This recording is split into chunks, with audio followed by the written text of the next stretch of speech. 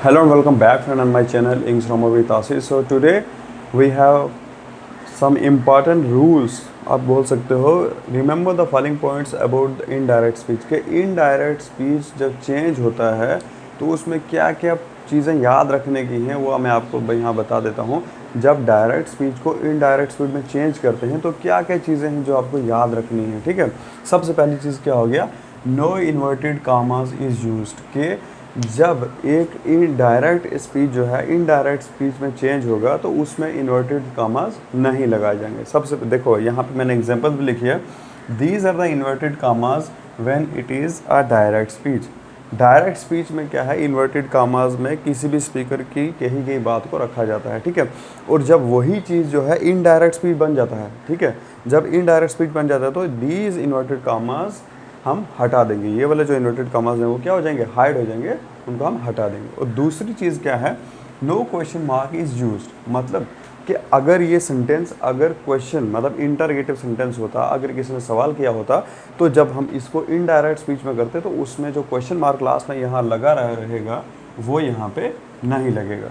ठीक है, जैसे इन्वर्टेड कामास नहीं लगेंगे वैसे अगर क्वेश्चन मार्क भी होगा, अगर सवाल किया गया होगा तो उसमें इनडायरेक्ट स्पीच में वो क्वेश्चन मार्क नहीं होगा। ठीक है, उसके बाद तीसरी चीज़ जो सबसे मेन है वो क्या है, the subject of a reporting verb he is never change. अब यहाँ पे दो चीज़ें मैं आपको समझाने की कोशिश करूँगा। पहले ये जो चीज़ है ना, ही सेड, ठीक है, उसने कहा, ये क्या है, ये रिपोर्टेड वर्ब है,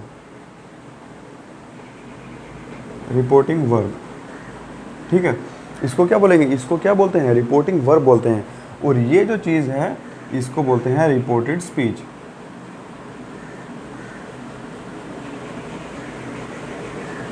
ठीक है, ये उसने कोई काम किया, मतलब जो मेरे को चीज़ बताई इसको क्या बोलेंगे, रिपोर्टिंग वर्ब।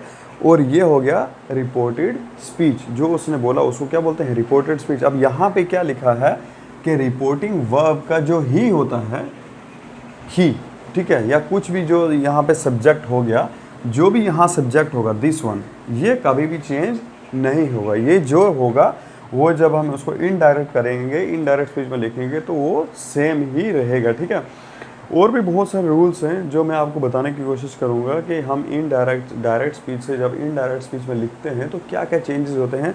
जैसे कि यहाँ पे आपको समझ आया होगा या नहीं आया होगा क्या, कि I am playing a match, यहाँ पे क्या था कि मैं मैच खेल रहा हूँ, तो जब चेंज हुआ तो क्या लिख दिया, he was playing a match. ठीक है, तो चेंज हुआ है यहाँ पे, ये क्या चेंज है ये मैं आपको नेक्स्ट वीडियो में बताऊंगा, ये चेंज कैसे होता है, इसका रूल क्या है चेंज होने का। उसके लिए दीजिए इजाज़त, तब तक के लिए चैनल को सब्सक्राइब कीजिए, शेयर कीजिए और लाइक कीजिए। Bye bye.